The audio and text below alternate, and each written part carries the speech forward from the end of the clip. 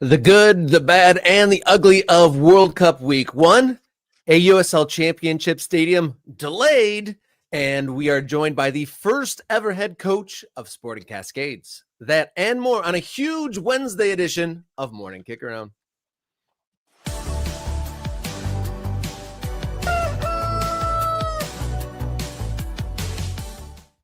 Hello and welcome to the show. You found your way to Morning Kick Around, the show that dots the map of the ever-changing American soccer landscape. My name, Robert Kerr, local reporter guy, and to my side, Jason Davis, radio soccer guy. How you feeling? Yeah, I'm ready. I'm ready to go. I'm all hyped up. I think I'm over-caffeinated, Rob. It's been a World Cup so far, 7 days into the World Cup. And, man, I'm having a blast with that tournament. I know we've got other American soccer topics to dive into. We've got a coach who just took over a brand new team. That's always exciting. I'm ready. I see that the Ultras are in the building. I want to shout out everybody that is here. Ant's here. Jeff is here. Ahoma Shu is here. By the Big Lake is here. Dwayne is my guy. 5 gifted memberships from Dwayne. Be like Dwayne. And support Mountain DCFC down there in North Carolina, in Raleigh, or in the area. Armando is here. Shout out to my guy, Armando. Sluggo is saying row, row, row. Do you know why Sluggo is saying row, row, row? Rob, do you know about the row? Is it Norway? Norway? That's Norway.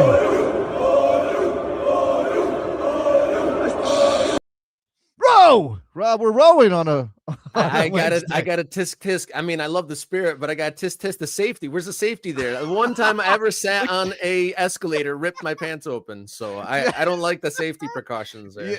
So that's you went straight into dad mode. Be careful, kids. Now they were rowing in the stadium in their seats, very politely rowing as well. I saw some kids rowing. Shout out to our guy Chris Huey is here. Billy Bob Western is in the building. Tim McDuff is here. Callan Rees is here. Everybody get in here. Let's do this. Let's talk about soccer on Morning Kick Around. Well, while we're shouting out folks, I'm going to shout out our most recent new members of the MK Ultras. Call Me Drew Gaming, Marlon, Cyclone, Rock X Solid, Eli 2568. Matt Capella, hopefully we can get you sorted out. He had some commenting issues. 2072 Mario, Andrew Milko, and Steve. Thank you all for hopping in, and everyone else that I missed there. If you're not an MK Ultra already, $3.99 a month gets you priority commenting on screen, gets you bonus content, and access to the Morning Kick Around Discord server, which has active conversations from everywhere from your local team, MLS, USL national team, World Cup, kit culture, folks making their own clubs or thinking about it or did it in the past. We got newbies all the way up to those with decades of American soccer in their the knowledge base. So hop in there if you'd like to support the show or just like, share, spread the word. We're covering the World Cup, but we're keeping things centered in the dotting the map of the American soccer landscape. Like today, we have a USL coach brand new to an expansion team, and we're going to talk about DCFC's stadium. I was there local on the beat reporter guy yesterday talking DCFC stadium stuff. But week 1, the good and the bad and the ugly of the World Cup, because we've seen it all. And I didn't mention this. I mentioned I did a little name drop of Dot the Map on the USL 2 Game of the Week over the weekend. So oh, nice. There you go. I didn't forget about the show while in the flow. Busy boy doing all that stuff and supporting Morning Kick Around. That's great. All right. Yeah, I mean, I'm excited to talk to the head coach of Sporting Cascades. I know there's some people in Richmond who are, sad by what happened with Darren Sawatzky, but we will be learning from him what the plan is in Oregon. But for a team that, we've chronicled the travails of Sporting Cascades. Their original owner went MIA. They had to find somebody else. We've talked to Bill Cornog, who is the new guy. He's a local guy, and man, it looks like they're moving in the right direction. I'm excited to get into that. Oh, Shout out to also Tulsa Mario. I believe he went out to a game in person last night. Correct. Let me know, were you in the stadium? I thought I saw him in some jubilant pictures on his way to the World Cup yesterday. Okay. So shout out All to anyone right. that's been able to go out there. And then someone Yes. shouting out that Dwayne's generosity. He's won some big bet or something like that. That's I don't know if that's an inside joke or something like that. But big show on the way. Should we get to it? Let's go. Let's dive in. All right. Wednesday's edition of Morning Kick Round is active. Let's do it.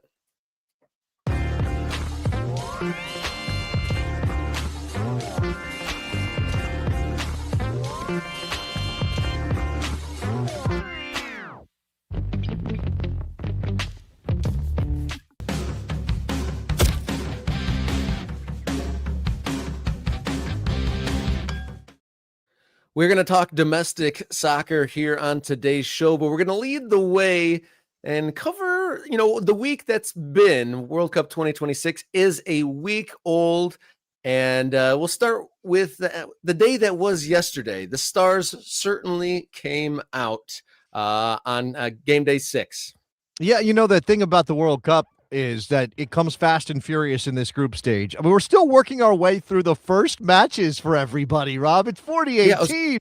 Yeah, when I was saying the Stars come out, and pretty much everybody but England's, the Harry Kanes, everyone's waiting for Harry Kane, I guess, because everyone else, all the big name forwards have scored. Now it's the pressure's on Harry Kane to follow. Yeah. We're going to see if Harry Kane and England get it done against Croatia today. We've got Portugal still yet to get underway. That's a big nation, a big favorite to do some things in this tournament. I mean, I'm blogging. Blogging is such an old-fashioned word. Nobody uses blogging anymore. I'm writing newsletters. Is that what I'm supposed to say now?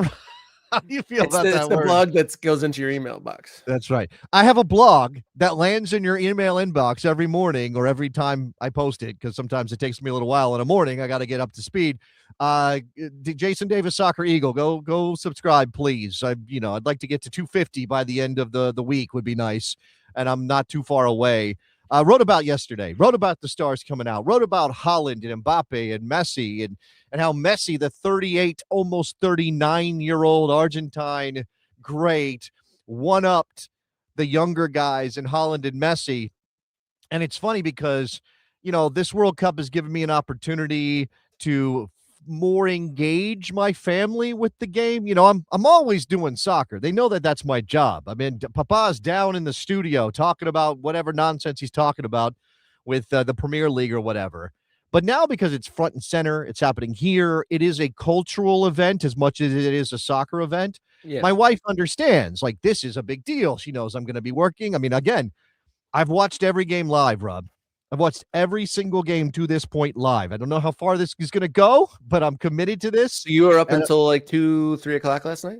I went to bed at 2:10 as soon as the whistle blew, I was like, I'm done. And I went to bed. I didn't, I got to get my sleep as much as I can.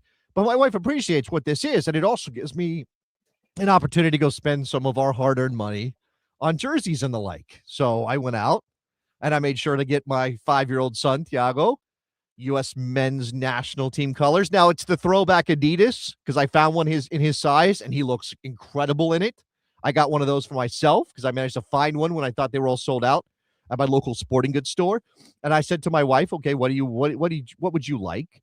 She's not necessarily the best at flying the American flag for reasons I don't want to get into. She does like her country, but she is also Puerto Rican, and it's complicated. And shout out to my guy Tulsa Mario, who maybe could speak to something of that. But it means I have been able to go out and buy kits and buy shirts and buy things that maybe I wouldn't necessarily have an opportunity to buy. And I went to the sporting goods store to get my wife a jersey yesterday.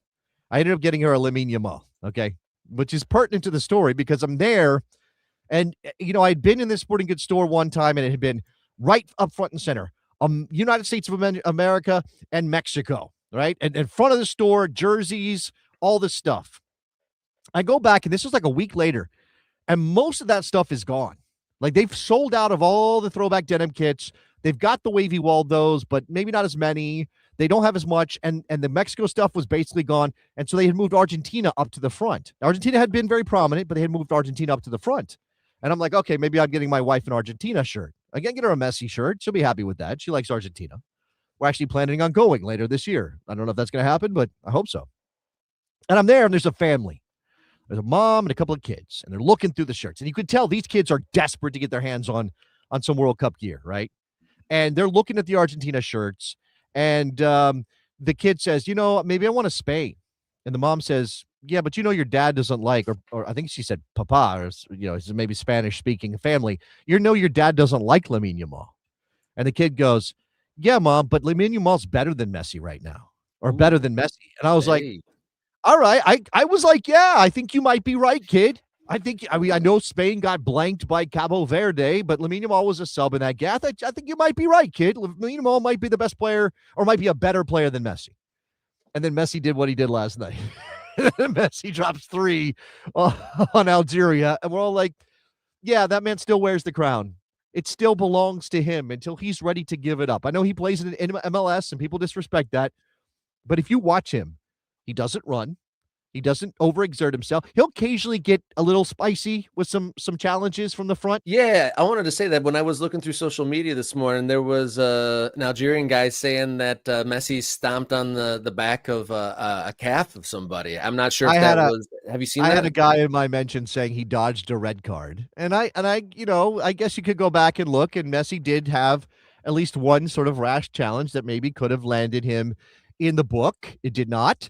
And he went on and scored 3 goals. And look, if you want to be bitter about the lack of a card to Lionel Messi, fine. That's your prerogative, especially if you're an Algeria fan.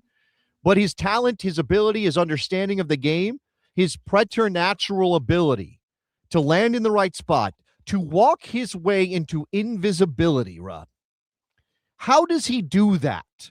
How does he make people forget about him? He's Lionel Messi.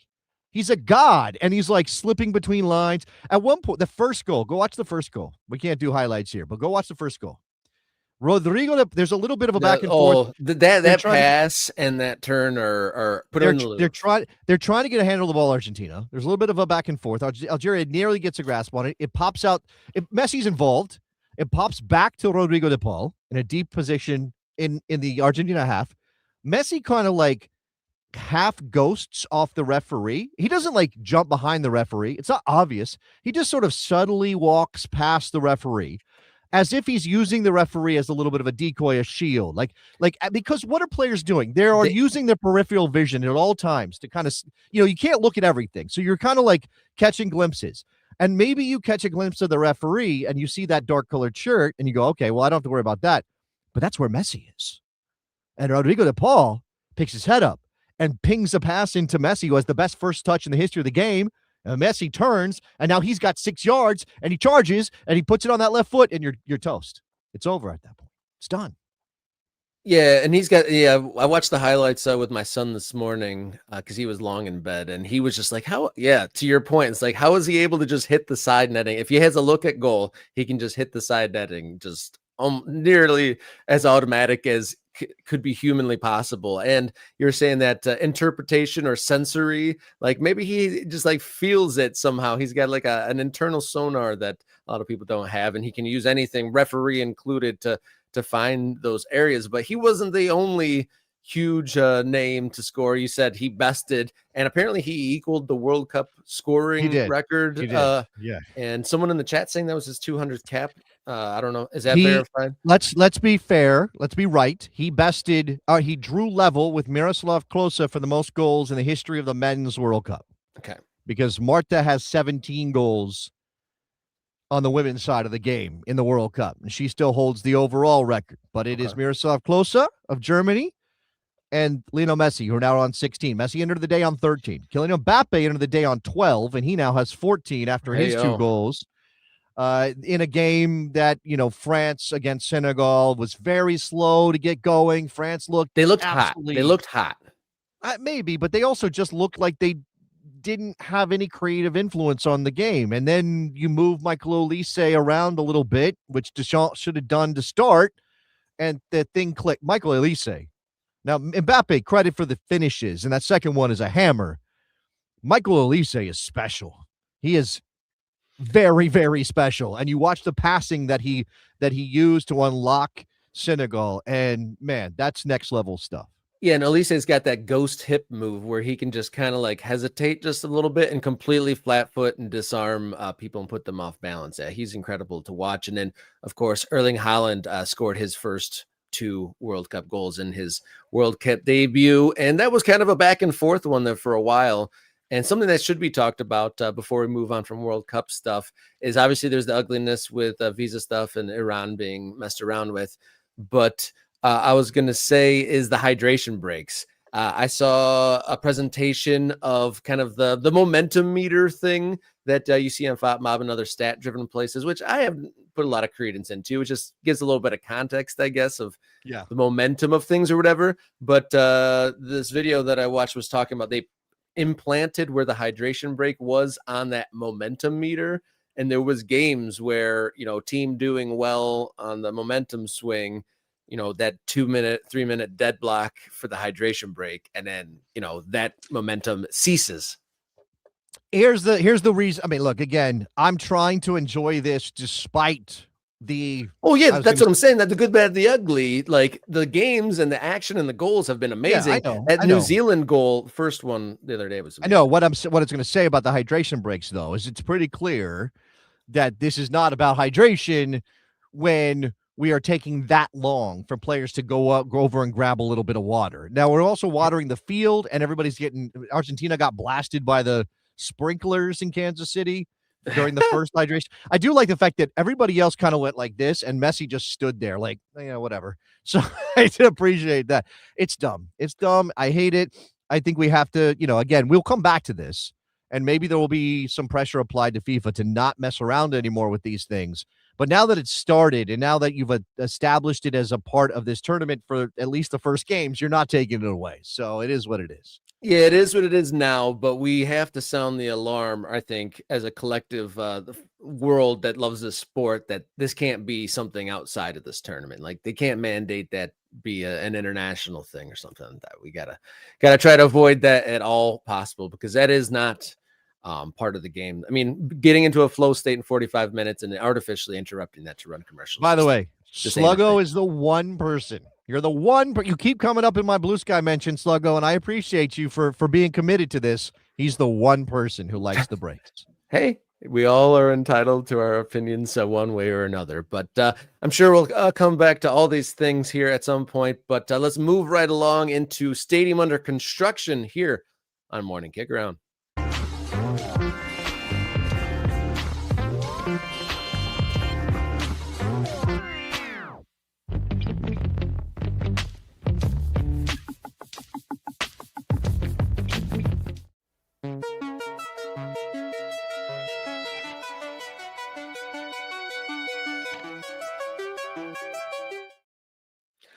Welcome on in to Morning Kick Around. Stadium under construction. Big news out of Detroit. There was an event yesterday in the city of Detroit, the opening of the new stadium, the Alumni Field Preview Center. It's like kind of a welcome area right when you get off the bridge from Canada, and there's like welcome center, all sorts of different buildings. But for now, their temporary offices are set up in this building called the Mercado. And they had a setup of a replication of a suite. They had a model of the stadium and various meet and greet of the owners and the architects. But big news to come out of this was that Alumni Field delayed opening to 2028. We already thought that, since they hadn't broken ground yet, and we're halfway through 2026, that 27 opening date was kind of seeming more and more ambitious. But 2028 officially the opening of the stadium. Hamtramck and Keyworth, another year after all. Yeah, I mean, I'm sure that'll give the longtime fans, the Northern Guard and everybody else, an opportunity to, say goodbye in a very real and planned way. I'm sure that, again, they probably wanted this to be the last year, because what an achievement building this stadium will be for Detroit City FC. I mean, I don't think you can overstate what this club has done and how they've gotten here. It's impossible. Who could have ever imagined an American soccer club starting the way that Detroit City FC has started and getting to this point? And again, the stadium's not built yet. Shovels are in the ground. They're working on it. They But I knocked still down the huge abandoned building that was already there. Like, work is being done here. And I think the groundbreaking is going to be in July, I think was another announcement during this event. Yeah, so here it is from the press release, and again, that's the rendering we've all seen. They included it in this latest update, but that's the plan still. As part of this update, the club shared a revised project timeline that now targets the stadium opening for the 2028 USL Championship season. While planning, design, partnership development, and community engagement continue to advance in the near term, the adjusted timeline is intended to ensure Detroit City FC and its partners deliver the strongest possible fan experience, match day environment, and long-term community impact. Plans are underway for a ceremonial groundbreaking for Alumni Field in July. Rob, remind me, what is the timeline on USL Premier? The timeline in USL Premier, as it stands now, is 2028. So that kind of becomes a hinky timeline there, doesn't it? But there hasn't been any like super thing solid. Like, I guess they put in the press releases, but we could wake up tomorrow and a press release be like, actually, it's been pushed out to 2020-30. Now, I think, obviously it kind of lines up, right? And maybe this is part of why Detroit City feels like they have more time to get this done. And look, I prefer do it right over do it fast. Now, and if Yeah. you do, but look, this is the tipping point for a lot of these clubs is if we don't do it fast, we lose momentum and we hurt our chances of survival. But if we don't do it right, we lose our opportunity to create a good first impression or really look like a serious operation. Detroit City has so much goodwill in the city of Detroit from what they've been as an amateur short season summer league team to this that I don't think it matters for them. And I think they know that. There was a detail in the presentation, Rob, that you wanted to pass along as we look at Rob sent along. Rob got a couple of pictures. Oh, they got the bear. Let's update on the bear. What's going on with our dumpster friend?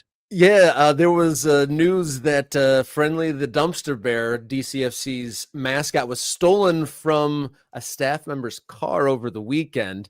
But they got an anonymous tip just a day later, and it was recovered yesterday and made a special appearance at this preview center opening, which, is good lore for the club and kind of a wild story anyway in the midst of all the World Cup action. Be like, oh, no, the local mascot's been stolen? Hell no.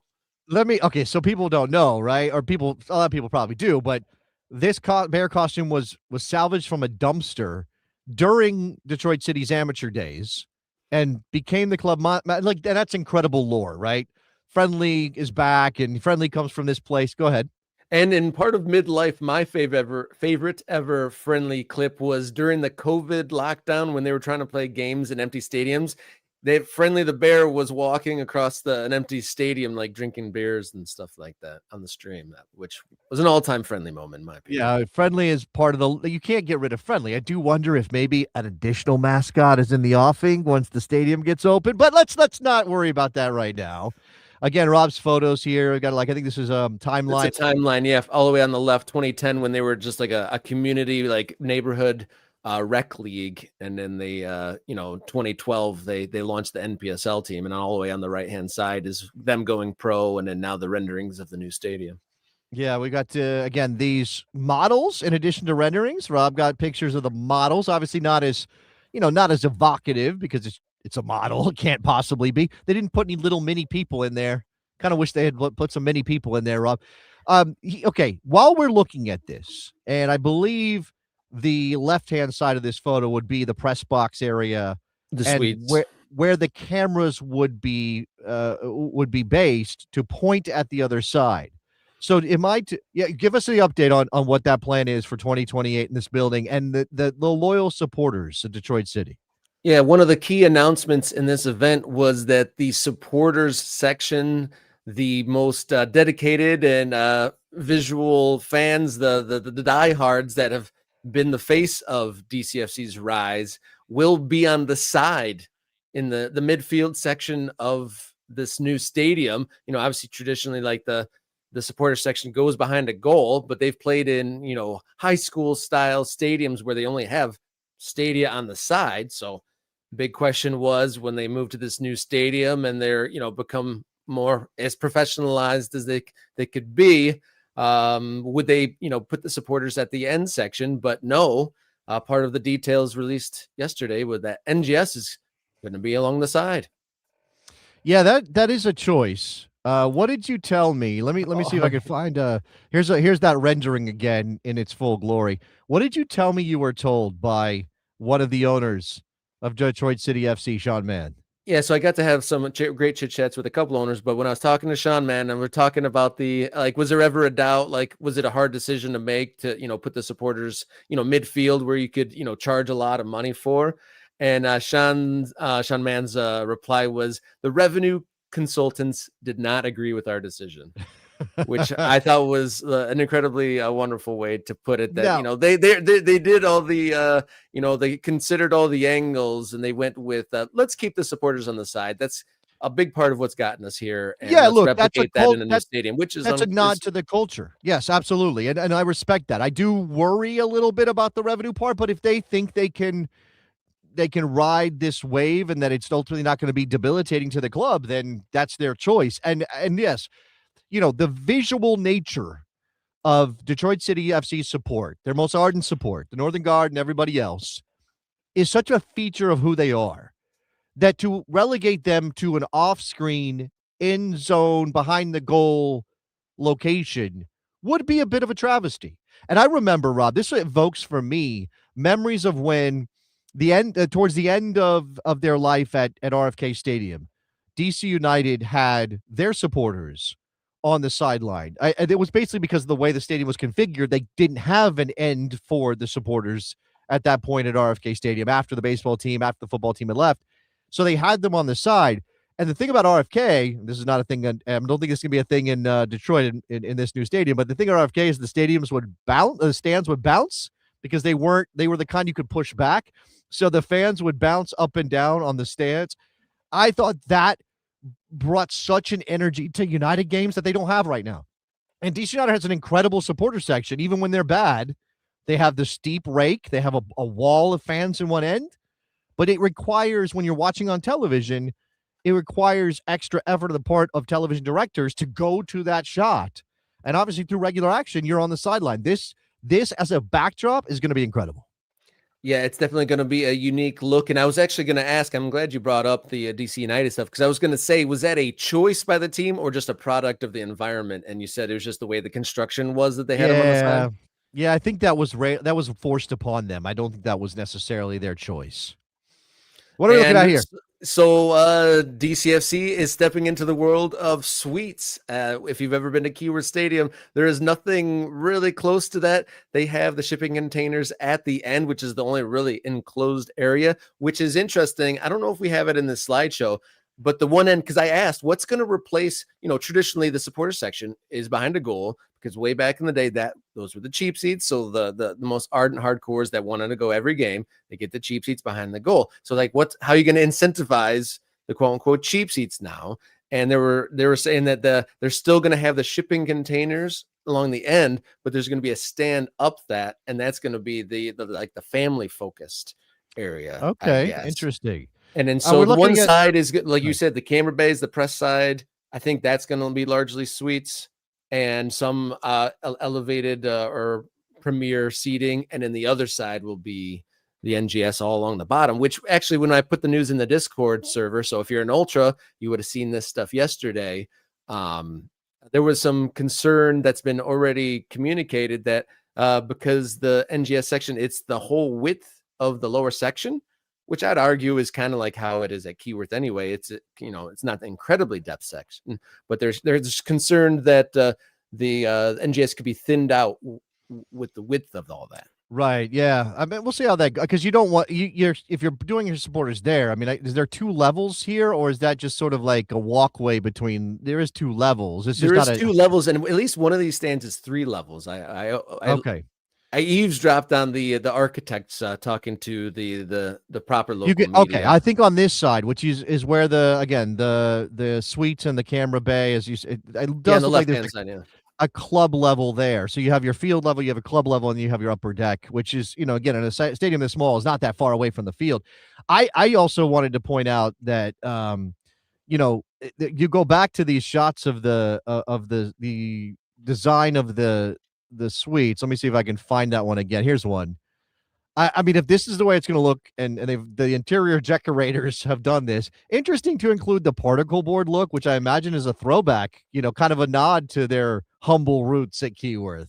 Yeah, that's a good observation there. When I saw that, because they had a preview of this at this Welcome Center event yesterday, and I almost thought it was just because it wasn't finished. But you're right; it's right here in the renderings, and that's what they're going for. Yeah, it's a DIY club and supported club, and part of actually one of the details is they're going to have a like a season ticket holder, club owner, community ownership meeting coming up is in the new in the next couple of weeks following the opening of this event, because this facility, this preview center, is going to be largely open to the members and the deposit holders over the summer, and there's going to be tours and stuff like that. But lots of announcements, and a preview center open now for Alumnify Field, which is now set to open in 2028.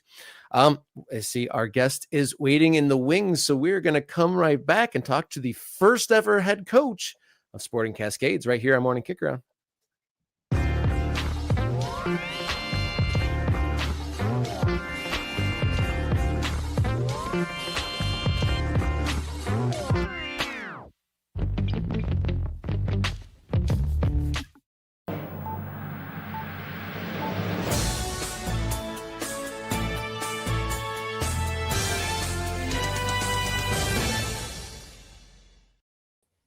Get to know your district here on Morning Kickaround. We've touched on this location in the United States a few times.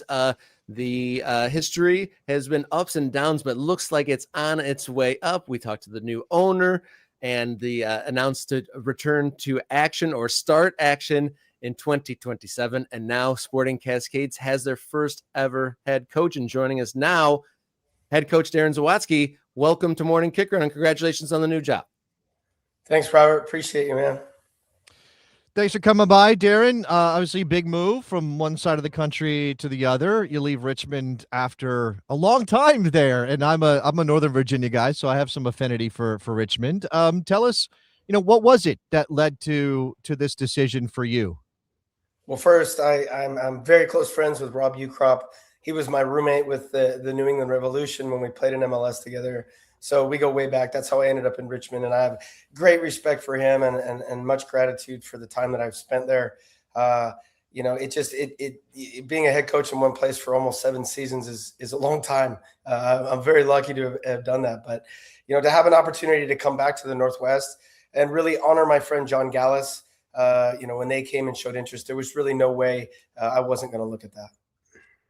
And so you have a history in the United States, coaching abroad too. So I guess for folks out in Eugene, Oregon, that are learning about your history, what could you say that you are bringing to this brand new team in their town? Yeah, I have a history, obviously in the Northwest. I grew up in Seattle, but I went to the University of Portland, and I played for Clive Charles, who's an absolute legend in the game. I mean, he is still littered all over professional and collegiate soccer in the United States right now, even after him having passed many years ago. So a great affinity for Oregon in general. I spent a lot of time in Portland. My very first professional team was the Cascades Surge in Salem, Oregon, before I tried to make it in Mexico and then ultimately MLS. So, I have a great history here. It's a wonderful place to live. I have a lot of friends up here. It's just a really exciting opportunity. Well, so that opportunity and starting from scratch, and you mentioned John Gallus, and obviously I'm sure that's the motivation to do something in Eugene is in honor of John Gallus, but to start a club seems like a big challenge. To launch a team, to find the players, to be good from hopefully day one. Darren, seems like a tough thing. Yeah, no question. You're to have the opportunity to coach in Richmond, a club that's the longest running professional team and consistently running professional team in the U.S., and then to come with a brand new project is going to be a grand challenge. Dave Gallus is leading the charge here, and then we have an incredible owner in Bill Cornog, who I think you guys talked to. He's feisty. He puts his money where his mouth is. He wants results. He likes execution. So that type of pressure is good for us because it gives us an opportunity to compete out the gate.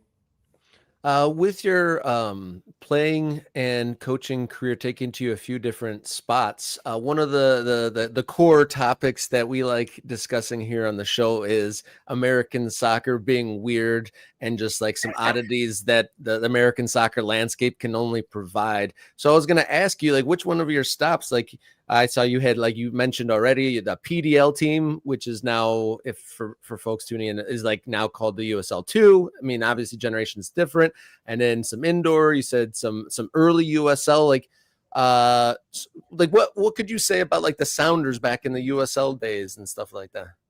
Well, I would say that I've been a part of most of the acronyms that have been thrown out for soccer in the United States. It's an interesting one. I don't feel 53, but I have 5 grandkids now, and I look back. Right now I talk to these players, and one of the things I would say from a 10,000-foot view is when we went to college and we would come home in the summer, we'd have to call 3 buddies and go in the backyard and play 3v3 at our own house because there wasn't any professional soccer. And then to have the opportunities that these guys have now from MLS to all of the USL opportunities, and it's growing. There's indoor soccer, there's TST, there's all these things where people could get paid to do what we love, and we're all incredibly lucky. And to say soccer is weird, man, I've seen it where you walk up and there's a pink slip on the front door. I've also seen it where I keep telling my wife, because we all probably could have made more money over the last 20 years doing something else, but we really love this, and the stories and the weird histories of everything make it all very much worth it.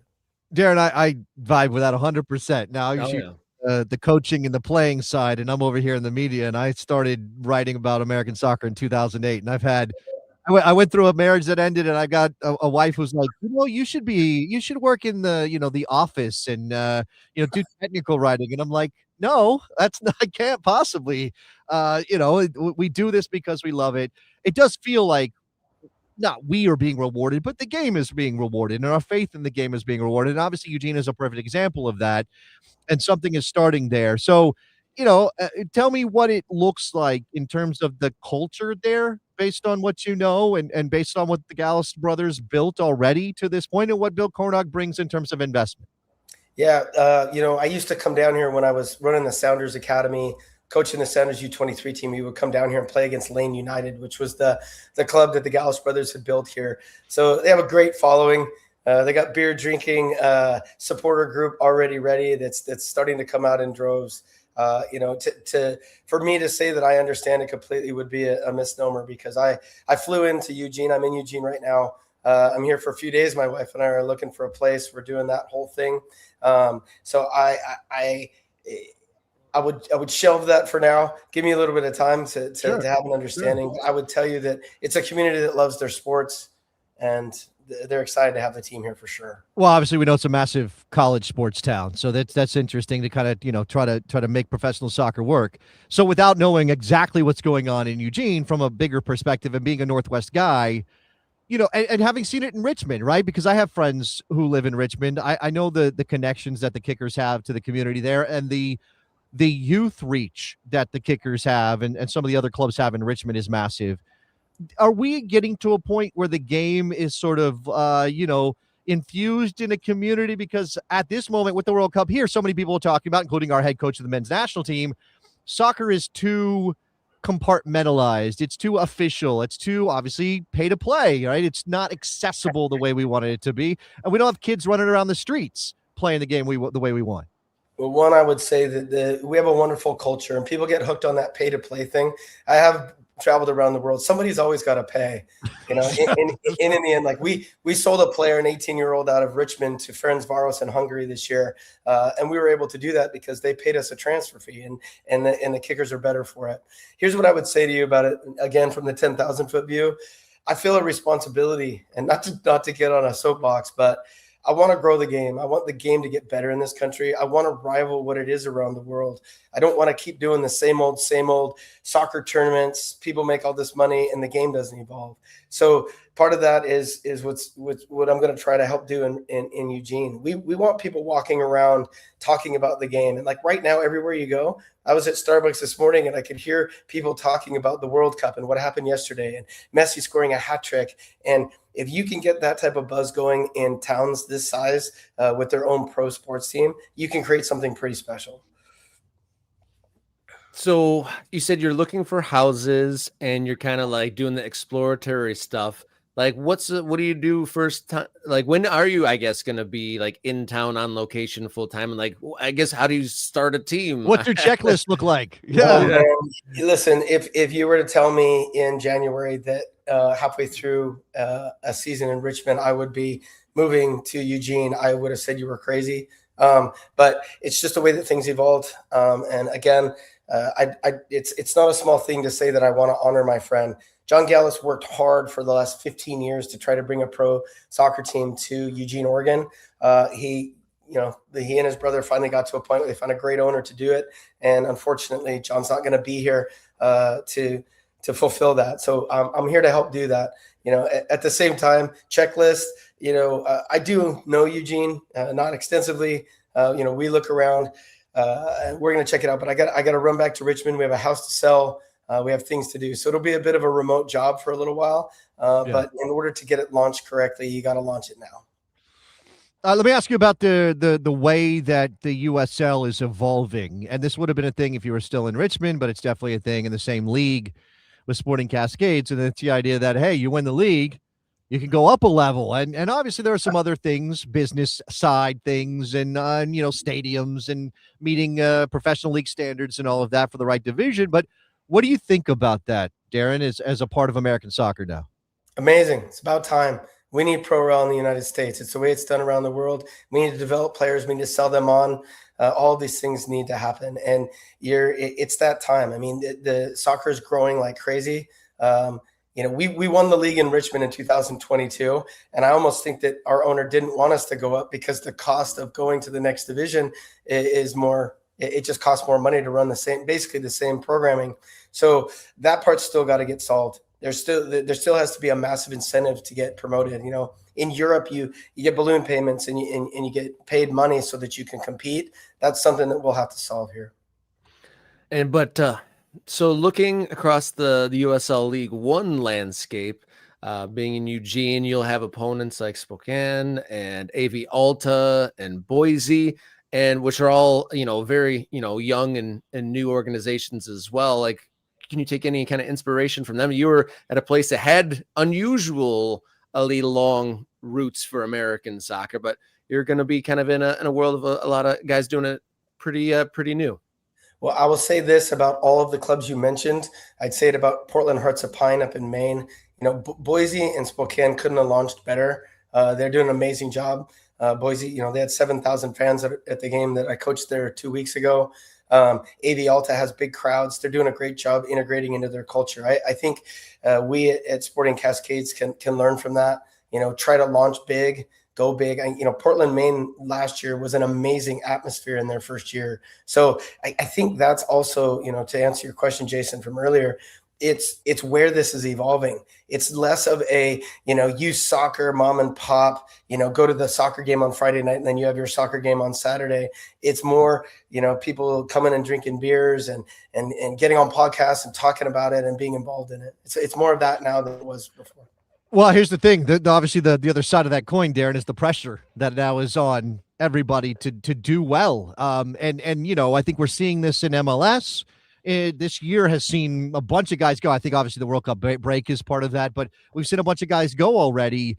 And if you have pro rel on the table and your team is drifting and it's getting late and you're in trouble and maybe going down, owners are going to be more interested in making changes. So what does that mean for you as a coach? I mean, obviously it just ratchets up the accountability, but how do you address that as an American soccer coach? Yeah, it's one of the things that was attractive here. Bill wants to win right away, and he wants to win all the time. That pressure is a good pressure because the whole club's going to be behind doing that. Each club has a different project, but let's be honest, to answer your question directly, it's exactly what it should be. We know what we're getting into as coaches. If you don't get the job done, then, that door will hit you right in the butt real quick. And I would much prefer somebody that wants to win, wants to put resources towards winning, as opposed to just operating a business for fun. I don't, not that teams operate for just for fun, but we're here to win soccer games. We're here to win trophies. That's what it's supposed to be about.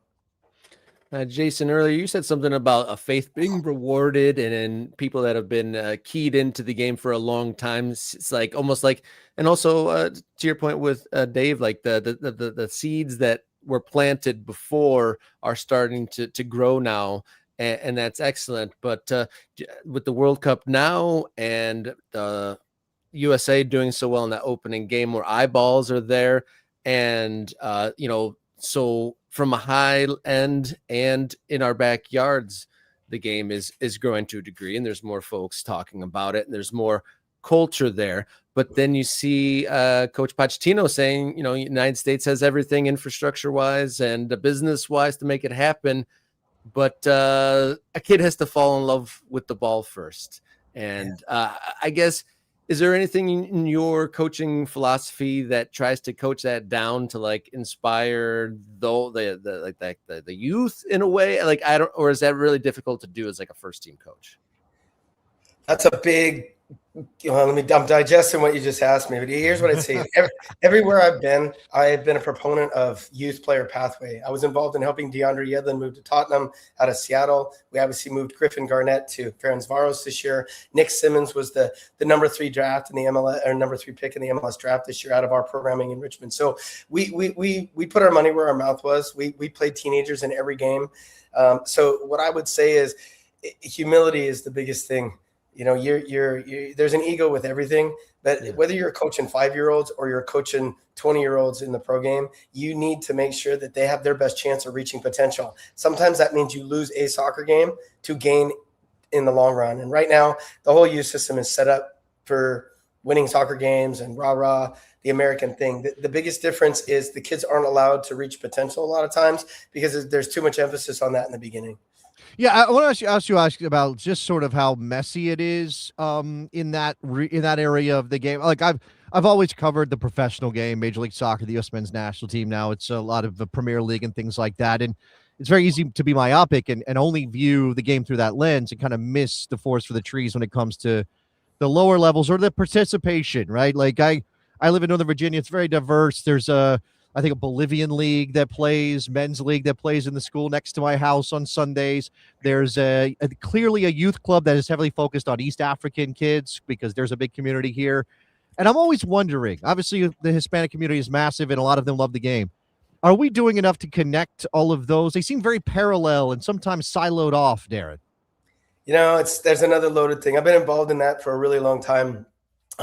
First thing I want to say is that there are wonderful people doing good work in every part of the game, whether they're making hundreds of thousands of dollars a year as a youth director, or they're volunteering their time in a Latino league or an ethnic league. A lot of times people want to play with familiarity.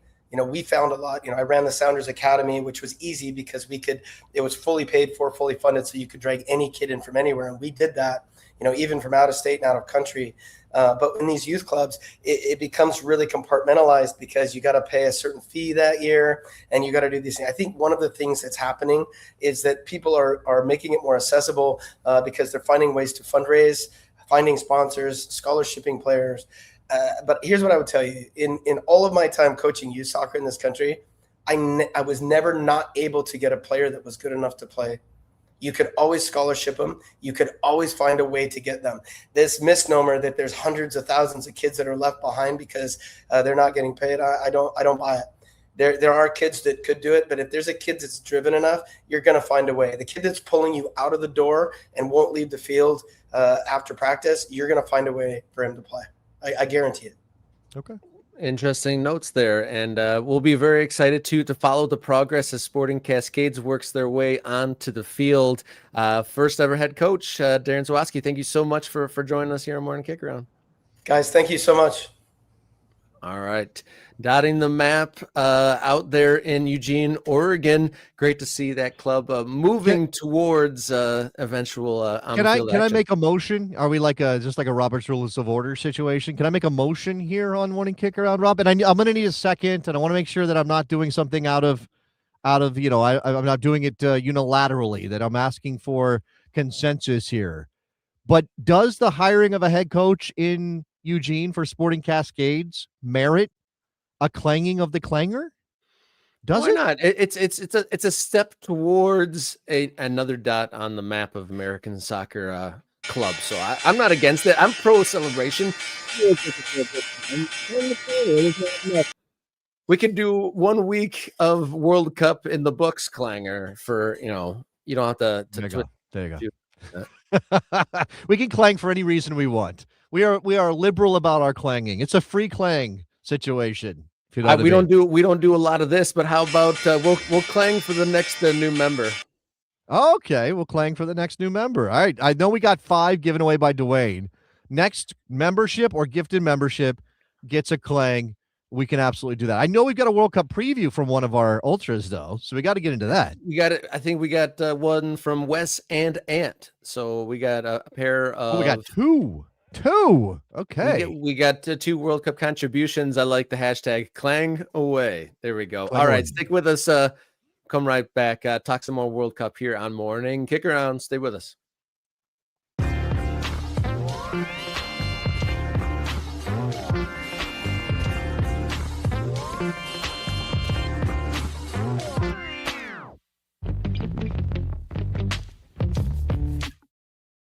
Welcome back. Final segment of Wednesday, June 17th show. And we got a new membership, so we got to clang it. Clang it! Clang it away. Somebody hit the clanger. I'm not responsible anymore. I don't want to clang. I want it to be. There it is. There we go. Killing Clang away. Bring in the memberships. All right. Are you Rob, hanging with us? All right. What? So we have 2 World Cup contributions here on Wednesday. Wes brought Group I, and Ant is covering Group L.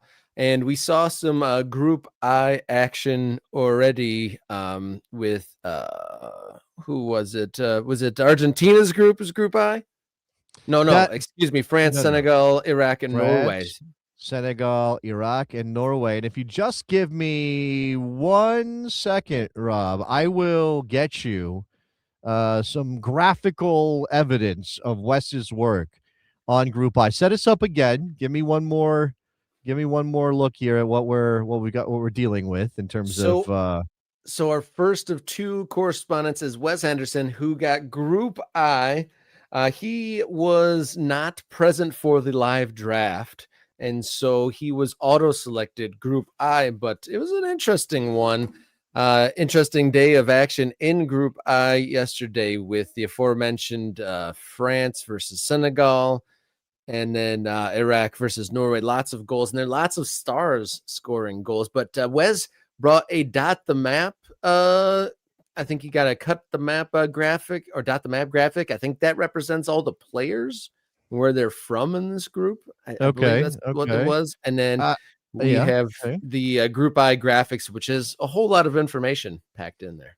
Yeah, there's a lot of information, and I'm wondering if this is the best way to. Can we zoom in? I will give me a second, and I will try to give us a slightly better approach to this. So just give me 1 second, Rob. Again, walk us through the group here, so we can properly understand what is going down in this group. All right. So give us the results yesterday. Maybe that's a good way to do it. So yesterday's results was France with a 3-1 win. And then later on was Norway 4-1 win. Both Mbappe scoring his 13th and 14th World Cup goals, which awfully impressive given his age. And then Brute Haaland getting his first and second goal on a 4-1 win over Iraq. And the turning point in that game was Iraq had just equalized. And then they had a when playing it out of the back goes wrong sort of moments. And the goalie's clearance was delayed too long, and Haaland was able to jump in there and deflect that in and made it 2-1. And then it kind of was all Norway after that. But Iraq's goal was nice, but they lost.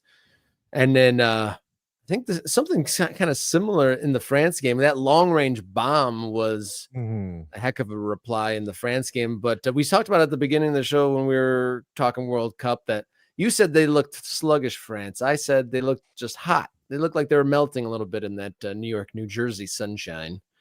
But that's how you viewed that? It was just they were hot, they were melting. It wasn't that hot. Trust me. I'm in the general region, and we had decent humidity. It was not ugly at all yesterday from a weather perspective. No. So I'm not sure. No, I don't think that if France was melting in that weather, they have serious problems in the rest of this tournament, Rob, is how I would say that.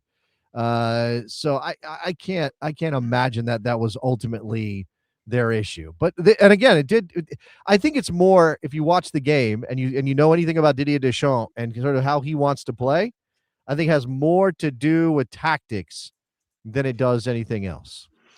Does he play pretty conservatively, or he's just not willing to like throw everything forward? Exactly. But that's that whole like, damn if you do, damn if you don't, because if he gets like exposed, he can be accused of playing too open. And they won the World Cup 2 cycles ago from playing that same way. I mean, when France won the World Cup, were they exciting at all, except for those brief moments when Mbappe scored and stuff like that? Their general run of play wasn't exactly blood boiling or anything. Yeah, no, that's fair. Okay, so this is what we've got here. This is Norway, Iraq, Senegal, and France from who is it, from West, right? So this is what you meant by dot the map, Rob. So we're looking at clubs basically, right? Kind of like dotted all over the place there, I think. Maybe I think is that where the players are playing, or I assumed it was where the players are from. I think this is a club situation, but because I think it says it right there, Norway club. Fair enough. The blue dots are the Norway clubs. The orange dots are their birthplaces, the players' birthplaces, and then you have Iraq, the same 2 things, and then Senegal and France. So again, we have a color code. Hey, we should just look at the color code, and then it's going to tell us, right? Yeah, there you go. Interesting. From our guy Wes on this. I want to pull in this graphic as well, and I'll make it big so we can all see it a little bit better. This would be some of the factoids, obviously the matchups.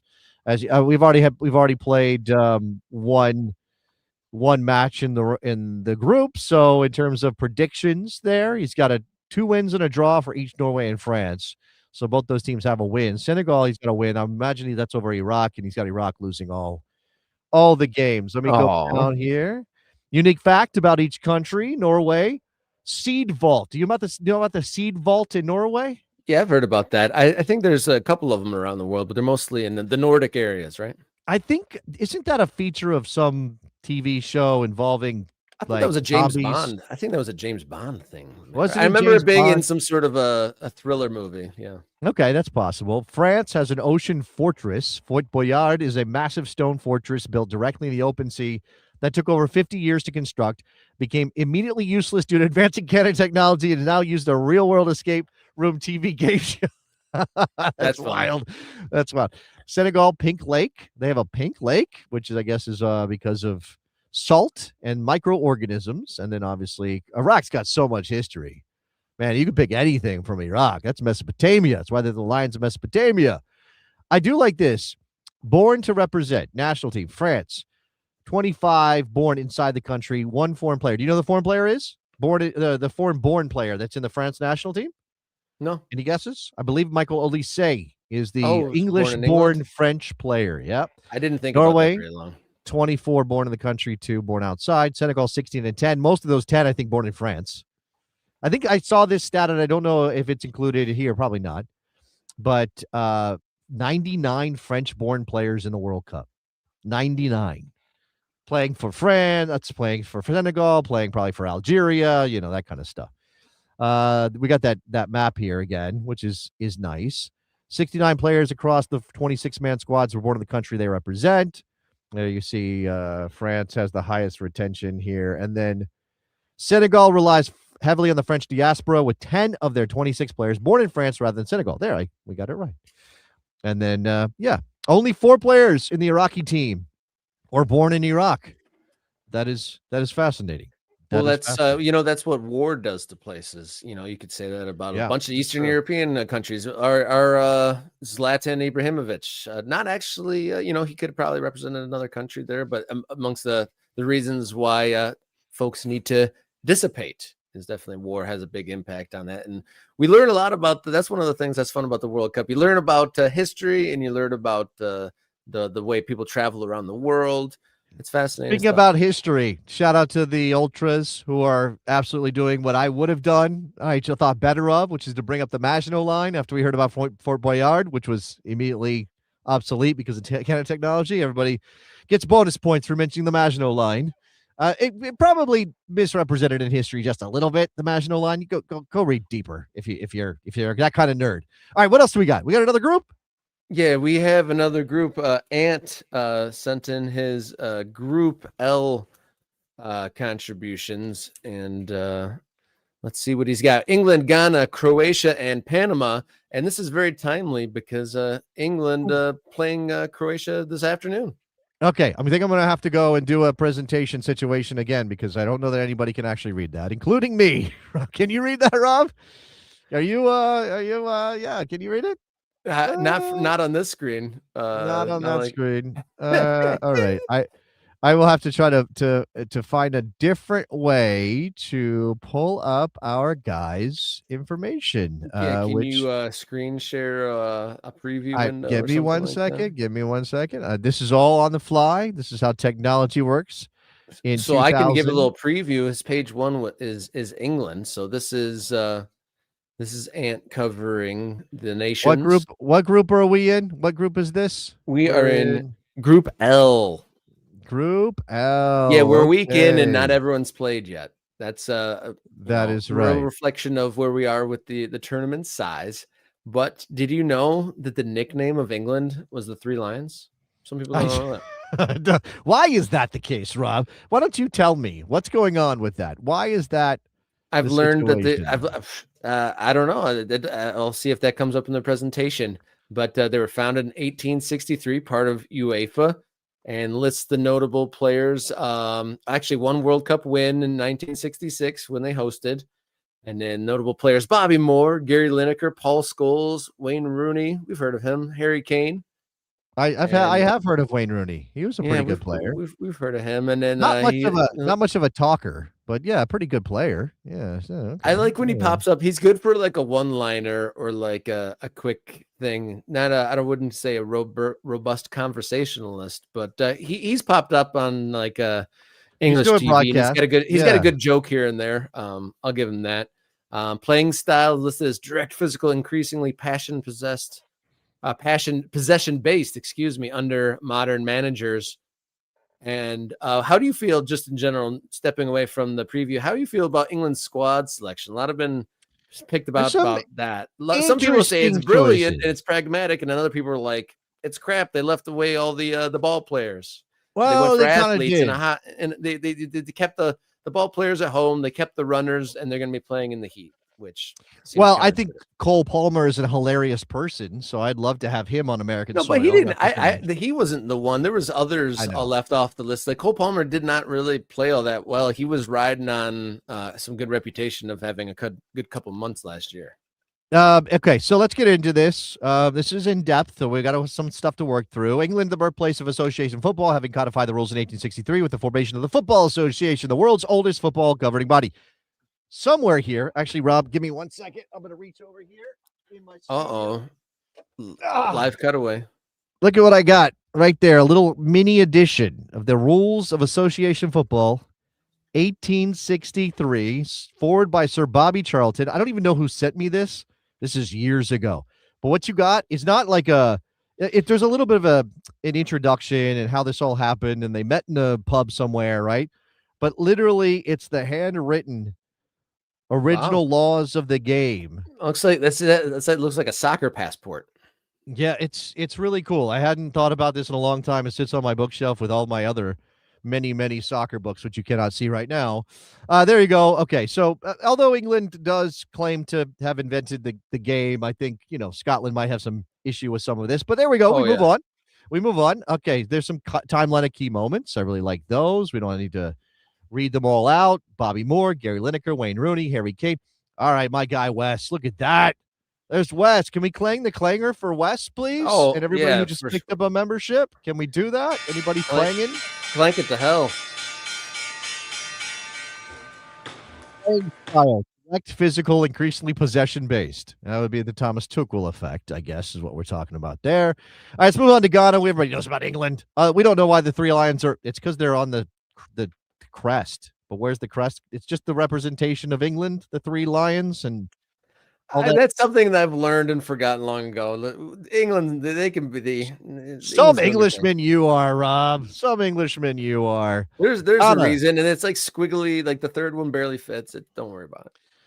The Black Stars, a symbol of African football excellence after bursting on the global stage at the 2006 FIFA World Cup. 2010, they came agonizingly close to becoming the first African side in a World Cup semifinal, losing to Uruguay on penalties after Luis Suarez's infamous handball on the goal line. Everybody remembers that. Still remember that day. Let's also recognize that Asamoah Gyan missed the penalty, which resulted from Luis Suarez's intentional handball. Ghana, four-time national champions, or African Cup of Nations champions, rather. There are key players there, Michael Essien, Asamoah Gyan, who I just mentioned, Kudus Mohammed. They are not as good as they used to be, but they're in this tournament, and you have to respect that. And we'll see how they get along in their first group stage match. Croatia, who will play the Three Lions today. I didn't know they were known as the Vatreni. Yeah, I was just going to say, that is a new fact. I love that. That's a really good one. Thank you very much. Croatia, despite a population of just 4 million, one of international football's great overachievers. It's really about that generation, right? Okay, they finished third in 1998. That's kind of prior to the current generation. But you've got the Modric team. I've always had a soft spot for Croatia. I lived in England in 1996, their first big tournament as a country of Croatia. And they played in Euro 96 when I lived in England, and they even trained in my little village. So I've always had a soft spot for them. I love that they've gotten so good. But they've been good. I apologize. I'm not sure if it's us or the actual presentation, but apparently those C's with the little squiggle on the bottom are not showing up. Modric and Rakitic are not showing up properly. Yeah, this is an American show. We censor any sort of foreignisms here. We censored that one. No, we didn't. And if you have a problem with that, just chill. We also can thank Croatia for at least some of the ancestry that led to Christian Pulisic, because of course he is Croatian on one side of his family, and obviously his name is Croatian, and he could have played for Croatia, but chose the United States. I did a little update on Christian Pulisic's injury on my Instagram. Go find me at Soccer Eagle JD. And a guy jumped in my comments like, "That's not how you say it. I'm pretty sure it's Pulisic." And I was like, "Nah, we've been through this. He Americanized it. Sorry, we've been through this, right?" It's like, have at it with the itch if you want to, but he's come up pretty clearly on how he says that. Panama's football story is one of perseverance and breakthrough after decades of near misses. Los Canaleros. What does that mean, Rob? Los Canaleros. It means the Canaleros. Yes, it means that. It also means the canal men, canaleros. I heard they have a canal there, so that makes sense that it would be that. They have a canal there. All right. After decades of near misses, they qualified for the first World Cup in 2018. Felipe Baloy scored Panama's first ever goal against England, which interesting. They're in that group again with the Three Lions. They had a Gold Cup victory in 2023, their first major trophy, and now they're here in North America, and they've qualified for this North American World Cup. There's the history of their federation, and then a lot of 2000s stuff. Luis Tejada, Roman Torres, you'll remember him from the Seattle Sounders. Jaime Panedo, goalkeeper. Alberto Carrasquilla, that is Coco Carrasquilla, important player for them. Very nice, disciplined, defensive, set piece focused.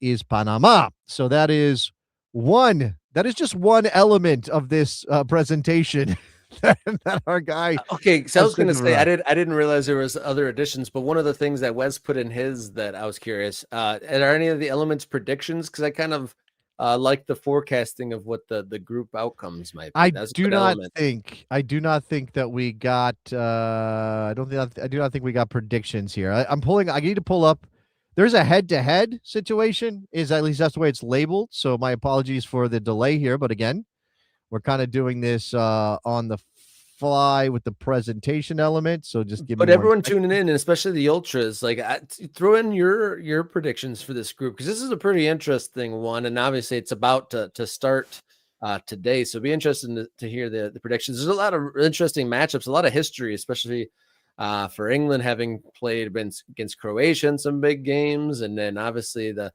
Panama game as well. I'm curious to see how people are feeling in this, because I could see England doing really, really well, but I could see it coming out as a dud. I really don't know what to make of England, but if we're going to go with predictable, it would be dominate, teams that are lesser than, and then lose. Well, they did drop 6 on Panama. When was that? Was that 2018? I think that was in Russia. Yeah. Yeah, that was 2018, because I know Harry Kane got himself a hat trick in that game, because I was just looking up hat tricks after what Messi did last night. So here's your head-to-head comparison for this group. Nickname is there, all that information. There's the best World Cup result. So England, 1966, of course. Ghana, quarterfinalists. Croatia, runners-up in 2018 as they lost to France. Panama has never been out of the group stage. So we're keeping an eye on that element of this. Let's see. And World Cup his predictions here. Okay. England, Croatia, Ghana, Panama. I think that's probably right. Then you have some of the tournament penalty shoot. That's pretty deep. Penalty shootout record. That seems like a shot at England. Yeah, maybe. I've seen a lot of those. I've seen a lot of bad penalty shoots. Bad shootouts. Yeah, let's move on. All right. Well, you've seen a lot of those. This is good stuff right here from Ant. Aspect in terms of their formation, dominant phase, key strength, etc. This is a little deeper in terms of how they play. You see England, possession, transition, set pieces, individual quality. That's obviously a Harry Kane thing. And so a couple other guys. Organized, pragmatic is Thomas Tuchel. Ghana, counterattacking. Finishing in crucial moments is their weakness. Mohamed Kudus is their key player. Attack-minded. They'll definitely go after you is Ghana. Croatia, midfield control. That comes down to Luka Modric and some of the other key pieces. Aging core, succession, and you got Gvardiol listed as his choice for key player. He can play in a lot of places, Gvardiol, so we'll see what that looks like. Panama, defensive shape, discipline, organization. They're a pretty standard CONCACAF team in the second tier of our region. And then again, Coco Carrasquilla is the guy that can really unlock something if Panama's going to be dangerous on the attack, Rob. Yeah, today's, just for context, these Group L games kick off today. England versus Croatia at 4, Ghana, Panama at 7. And they're kind of in a sandwich with Group K, because Portugal takes on DR Congo at 1, and then late night game Uzbekistan, Colombia at 10. So 4 days for us ahead today. This is not as bad as last night, though, when I had to stay up to midnight to start the game. To start that game. There are further histories here, but I think Ant has more than done enough, and I think we need to probably move on. So, Ant, thank you so much for the work that you did bringing us that incredible preview. And thanks to everybody. Hey, contributor clanger. I like it. And thank you for all the thank you for the gift memberships, everyone today. It was great support. Thank you to our guest, Darren Sawatzky, as well. We really touched on a lot of the core elements. Morning kick round. Can I ask for one more thing? Yeah. Can I ask for one more thing, Rob? Can we row again? Let's row. We're rowing. One more time. Were the guys on the other side circling around to do it again? I saw them scurrying down the downside. I'm worried they're going to rip their shorts, man, sitting down like that, I swear. You're so worried about their shorts. Don't worry about their shorts. They're fine. They know they're pros at this. They're like the Scots in drinking. They know exactly what they're doing. Okay, yeah. So the first World Cup segment of the show, we talk good, bad, and the ugly, and it's like you see like the ugliness with immigration stuff and visas and stuff like that. But then you see the reports out of both Rhode Island and from Massachusetts of the Tartan army just becoming everyone's favorite people, apparently, and just totally taking over Fenway Park. That was pretty Yeah, that was great. They were singing the whole time. The fans in Fenway, who do sing a little bit famously, were like, okay, sure, this is great. And the announcers, there was a cut from Nesson or whoever has the Sox rights these days, and they were like, this is an incredible day. These people are amazing. They were loving it.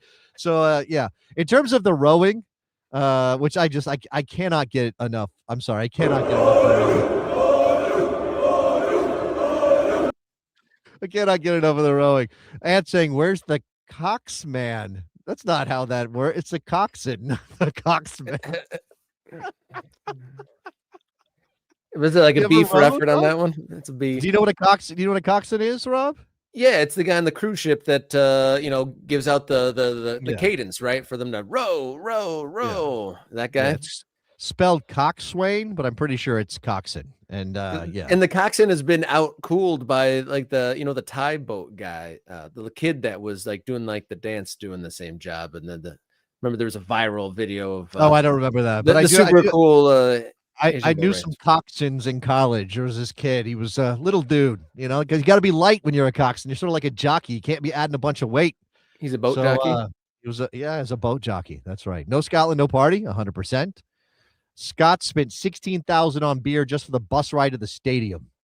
Man, to drink all the beer at the Sam Adams tap room? What? That's not a thing. Did they really? Wow. Come on. And a cruise ship, you're right, and that's probably not the right way to describe that. A boat. What is a crew boat? Is it a boat? Crew boat. He's a coxswain on a crew boat. Yeah. Not a cruise ship. Fair. Not a cruise ship. Ships are bigger. They involve pools and all you can eat buffets. Where they don't need coxswains, I don't think. All right.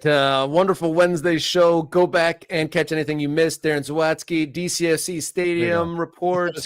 That's what it's called, Rob. Booyah. And the good, bad, the ugly of week 1 of World Cup 2026. We'll be back on Friday morning. So until then, be brave, be safe, and enjoy your soccer.